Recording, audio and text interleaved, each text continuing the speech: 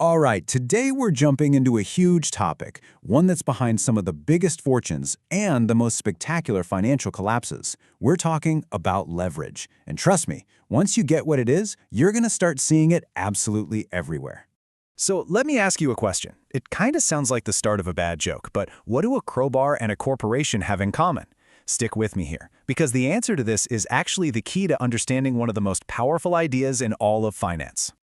You guessed it. The answer is leverage. Think about it. A physical lever, like a crowbar, lets you move this massive, heavy object with just a little bit of your own effort. Well, financial leverage is the exact same idea. It's all about using a tool to multiply your own power. The only difference is, in the world of finance, your tool isn't a piece of metal, it's borrowed money. Okay, so let's see how this financial lever actually works. And we're going to start with the good stuff, the really exciting part, how using debt can absolutely supercharge a company's profits. So let's take a look at a super simple example. We've got a company, let's call them GTB Limited, and they need 80 locks for a new project. Now they've got two ways to get that money. Plan A is to use 100% equity. That's just a fancy word for the owner's own money. Plan B is a mix. They'll put in some of their own cash, but they'll borrow the rest.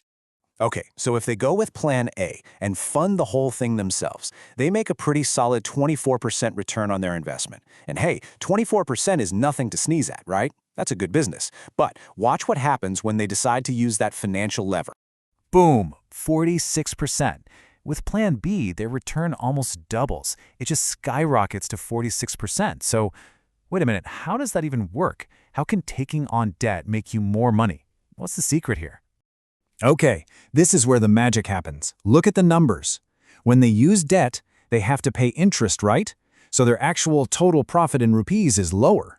But, and this is the whole key, that smaller profit is being spread over a much smaller pile of the owner's own money. They put less of their own skin in the game, so the return on what they invested gets massively amplified. That's the power of leverage. I know what you're thinking. If this is so great, why doesn't every company on Earth just borrow as much money as they possibly can? Well, there's a catch, and that brings us to the darker side of leverage. There's this quote from our source material that just nails it. It says, "Financial leverage is a two-edged sword.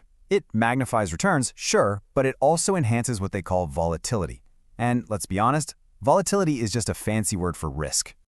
To put it really simply, that same force that can make you incredibly wealthy can also wipe you out completely. That magnifying glass we talked about, it works both ways. When things are going well, your returns are awesome. But when things go south, the losses can be absolutely devastating. And this right here shows you what we mean. Look at the low-debt company. The range of what could happen is pretty tight, pretty predictable. Now look at the high-debt company. The range of outcomes just explodes. You could have these huge, massive wins, or you could have catastrophic company-ending losses. And the reason is simple. The bank doesn't care if you had a bad year. They want their interest payment. That check has to be written no matter what. So we've talked a lot about financial leverage, borrowing money. But it turns out that's not the only kind of leverage out there. There's another type, and this one is built right into the DNA of a company's day-to-day operations. It's called operating leverage, and it all comes down to a company's fixed costs. The bills they have to pay every single month, no matter what. Things like rent for the factory, expensive machinery, employee salaries. If a company has a ton of these fixed costs, we say it has high operating leverage. So let's look at Firm A here. You can think of this as like a small consulting business. They don't have a lot of fixed costs, no giant factory, no massive rent payment. They start making a profit pretty quickly, and from there, their profits grow nice and steady. It's the safe route, Slower, but more predictable. Okay, now let's flip to Firm C. This is our big, high-tech factory. Think of a car manufacturer. They have huge fixed costs. All that machinery, that giant building, it costs a fortune. They have to sell a ton of cars just to break even, just to pay the bills. But, and here's the kicker, once they cross that break-even point, whoosh, profits go through the roof.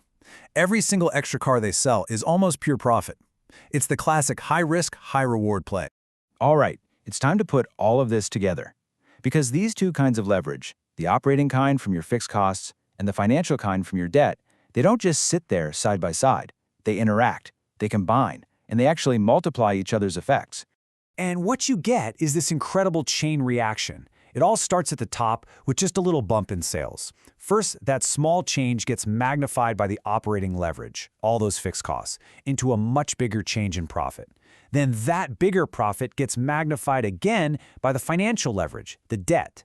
And by the time you get to the bottom line, the earnings for the owners, that tiny little change in sales has become this huge, massive swing. It's like a double whammy. And really, this is what it all boils down to. Managing leverage isn't just about crunching numbers on a spreadsheet. It's one of the most fundamental strategic decisions a company has to make. It's this constant, delicate balancing act between chasing those huge rewards and making sure you don't get wiped out by the risk. So in the end, that's what leverage is. It's a tool, a very, very powerful tool. In the right hands, it can build empires. But if you're not careful, it can bring everything crashing down. Which leaves us with the one big question that every single business and every single investor has to answer for themselves. How much risk is really worth the reward?